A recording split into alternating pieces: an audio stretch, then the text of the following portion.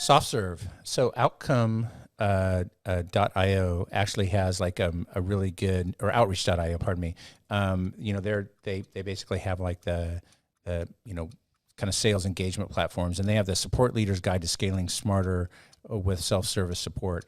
And one of the things that they had here I thought was really interesting.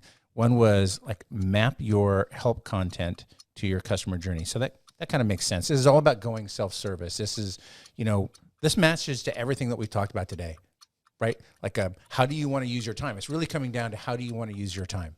And then you also look inside your organization. How do we want to use our people's time? Do we want to handle mundane questions over and over again?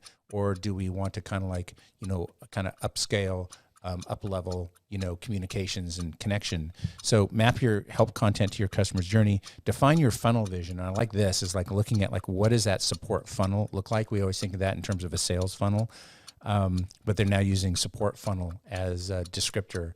And I think that's really powerful, right? Like that really speaks to that customer journey.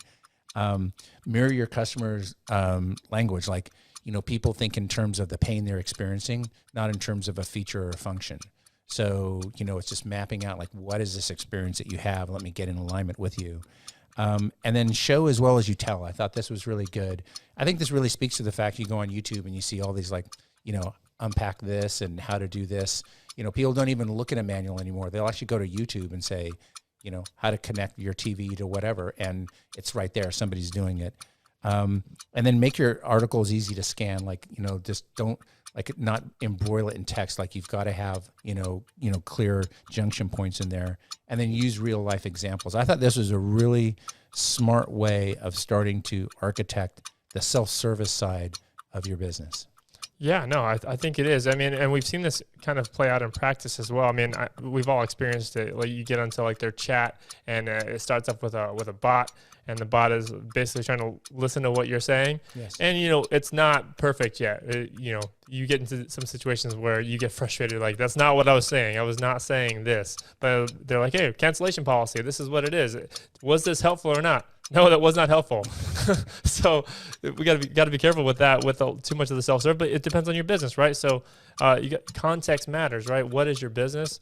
What is the customer you're trying to serve, and what do they care about? Mm-hmm. If it's a very high-touch organization, you got to be careful how much of the soft-serve stuff you put in there, because it's a high-touch practice, right? So you got to play to play to your strengths. Yeah. We talk about some customers are looking for like case deflection and call deflection. They don't want to answer the call because it costs money to answer a call. That's right. And if you're answering a call just to say, what's my cancellation policy, when you could have just went into the chat, hey, I want to cancel, and it spits out cancellation policy. Here it is.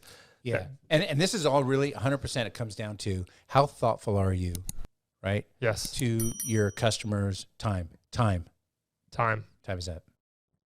Now, that's not to say you're going to wake up one day and say, we've arrived, we've adapted. It's a constant struggle and a constant battle to continuously adapt. We've adapted. We're there. Yeah. That doesn't exist. Well, there's a great saying that kind of builds on what you just mentioned, which is like, how do you open up a small business? You open up a big business.